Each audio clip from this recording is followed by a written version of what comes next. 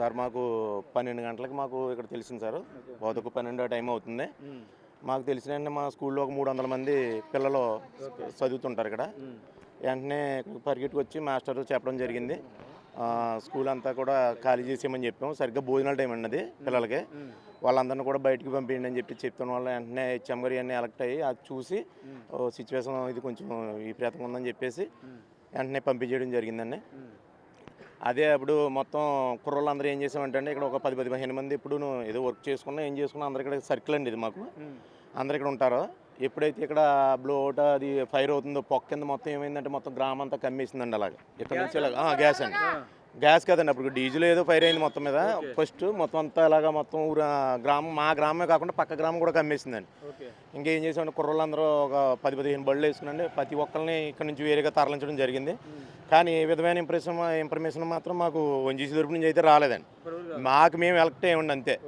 ఎందుకని ఎప్పుడైతే కుర్రోళ్ళు ఉన్నాం, ఎందుకంటే ఈ చూసాం కదండి, ఇక్కడ నగరంలో సిచ్యువేషన్ చూసాం, అక్కడ పాచిపూడి బ్లో అవుట్ చూసాం, ఈ సిచ్యువేషన్ మేము చూసాం కాబట్టి వెంటనే మాకు కుర్రోళ్ళందరూ ఎలక్ట్ అయ్యి అప్పటికప్పుడు వెళ్ళడం జరిగింది. జరగబోతుందని మీకు అనుమానం వచ్చింది? అనుమానం వచ్చి మేము అంత ఎలక్ట్ అయ్యామండి.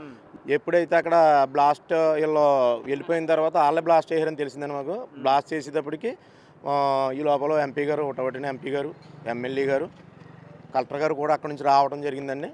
కలెక్టర్ గారు అంటే కొంచెం అదే సందర్భంలో ముగ్గురు కలిసి వచ్చేసారు.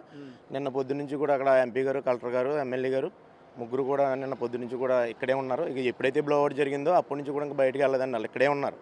ఎంతమంది అండి ఇరుసు మండలం మొత్తం ఎంతమంది జనాభా ఉంటారు ఇక్కడ? ఒక 300 ఇళ్ళు, ఒక 2000 మంది ఉంటారండి మొత్తం. 2000 మంది మొత్తం అందరూ కూడా ఇక్కడ బ్లాస్ట్ అవ్వకుండానే బయటికి తరలించేసాం మొత్తం జనాన్ని అందరినీ. ఎటువంటి ఇన్ఫర్మేషన్ మాత్రం మాకు ఇవ్వలేదండి.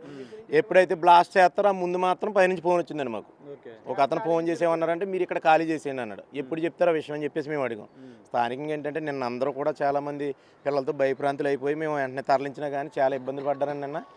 కానీ ఏంటంటే ఈ కుటుంబ ప్రభుత్వం మాకు మాత్రం నిజంగా చాలా సహకారం చేసి అందరికీ అన్ని విధాలా కూడా అన్ని అందుబాటులో మాకు మాత్రం అన్ని ఏర్పాటు చేశారు.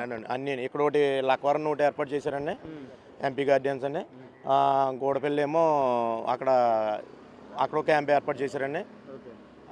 ఇంకోటి ఏంటంటే బట్టెలంకలో ఒక క్యాంప్ అండి. మొత్తం 3 క్యాంపులు అండి, 3 క్యాంపులు ఏర్పాటు చేశారు. ఇదండి, ఇలా అంతా బాగానే చూసుకున్నారండి. కాదంటే ఇప్పుడు కొంచెం తగ్గిందండి, నిన్న మీద తగ్గింది కాబట్టి కొంచెం మేము ఫ్రీగా ఉన్నాం.